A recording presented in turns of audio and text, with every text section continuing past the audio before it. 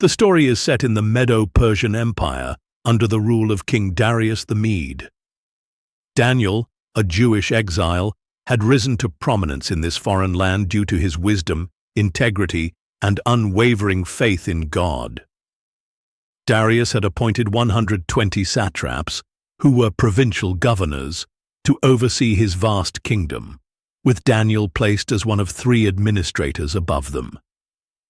Daniel's exceptional qualities so impressed the king that Darius considered appointing him over the entire kingdom. This favoritism aroused jealousy and resentment among the satraps and other administrators who sought to undermine Daniel. However, they found no corruption or negligence in him because he was blameless. Unable to find any faults in Daniel's character or performance, the conspirators targeted his faith, knowing his unwavering commitment to God. They devised a cunning plan to trap him by exploiting his religious devotion. The satraps and administrators approached King Darius with flattery and deceit. They suggested that the king issue an irrevocable decree that for 30 days no one in the kingdom should pray to any god or human except Darius himself. Violators would be thrown into the den of lions, a form of execution meant to be both gruesome and public. Blinded by their flattery and the prospect of consolidating his authority, Darius signed the decree, unaware of the plot against Daniel. When Daniel learned about the decree, he did not waver. He went to his house, where the windows of his upper room opened toward Jerusalem, and continued his routine of praying to God 3 times a day, giving thanks and seeking divine guidance. This act was a bold declaration of faith, as Daniel knew full well the consequences of disobeying the king's edict.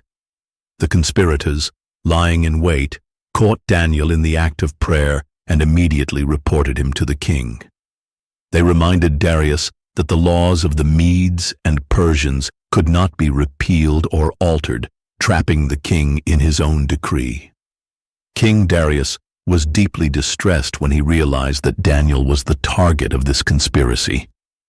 He respected Daniel and recognized his innocence, but he was bound by the irrevocable law he had signed. Despite spending the entire day trying to find a way to save Daniel, he could not overturn the decree. Reluctantly, Darius ordered Daniel to be thrown into the lion's den.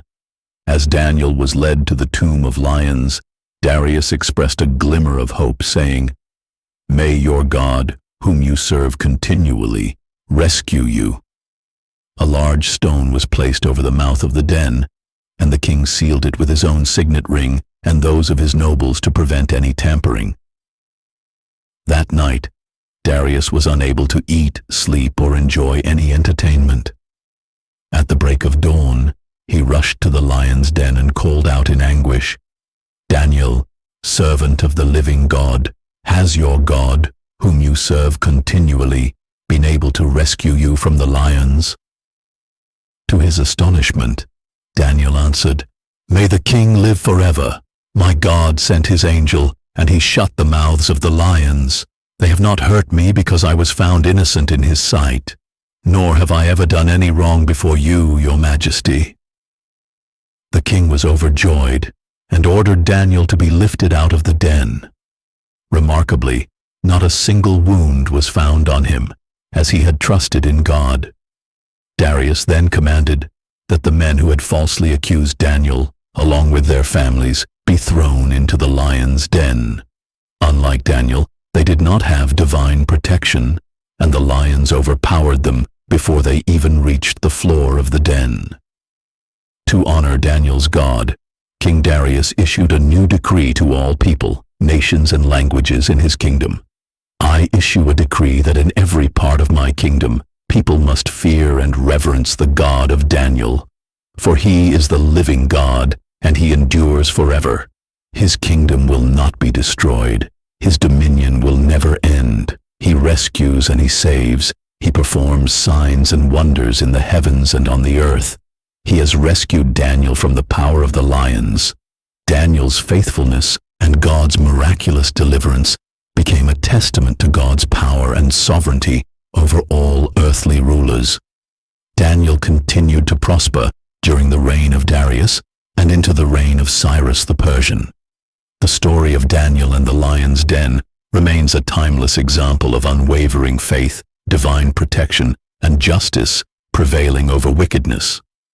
It inspires believers to stay true to their convictions, even in the face of persecution, and trust in God's ability to deliver them from all trials.